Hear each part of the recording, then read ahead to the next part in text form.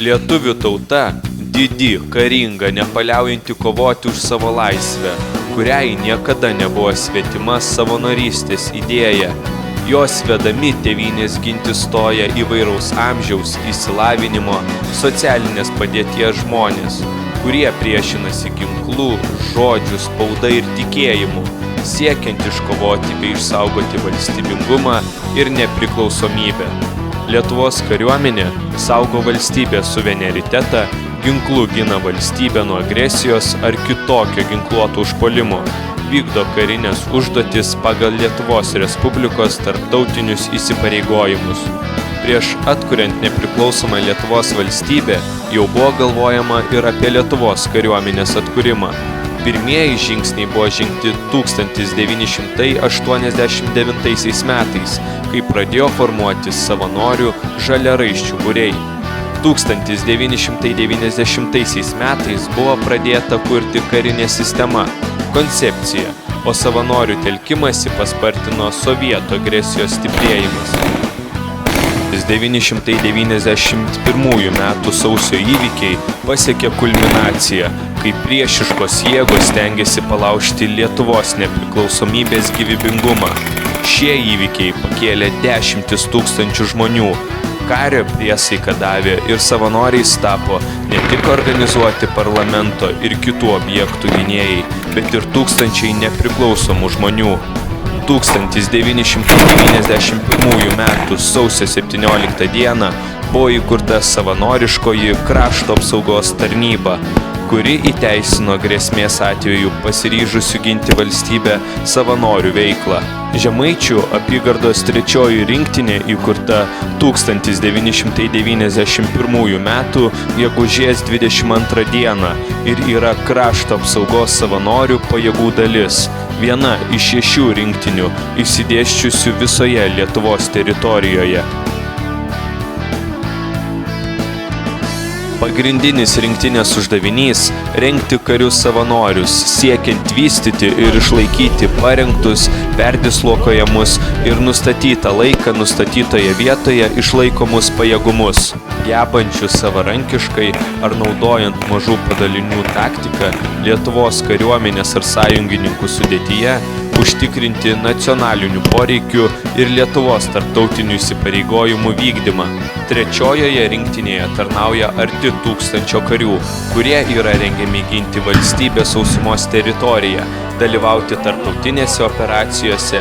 Turiu nemažai tarnybos draugų, kurie buvo Kosove, taip pat buvo Afganistane ir tikrai jų pavyzdžiai, taip sakant, jaunus karius skatina, uždega. Prireikus teikti paramą sąjungininkų ginkluotusioms pajėgoms, teikti pagalbą kitoms valstybės ir savivaldybių institucijoms.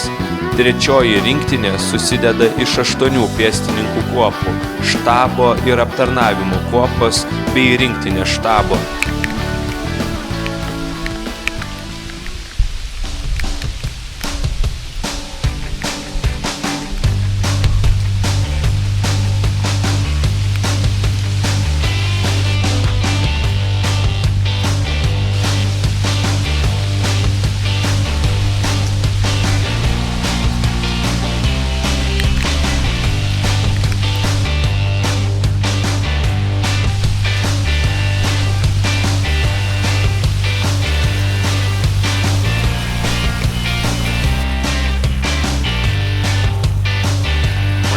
Mach 6 miles right base, sending out 3500.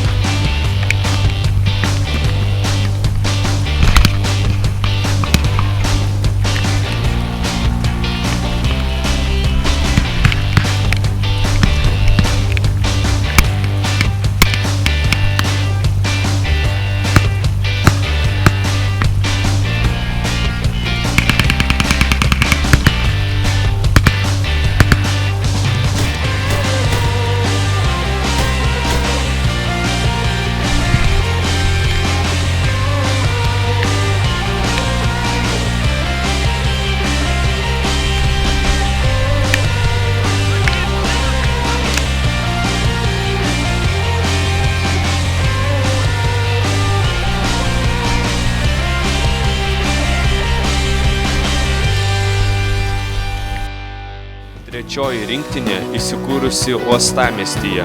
Todėl galime didžiuotis, jog rinktinėje tarnavo jūreiviai, bei vieninteliai turėjome laivą Lokys.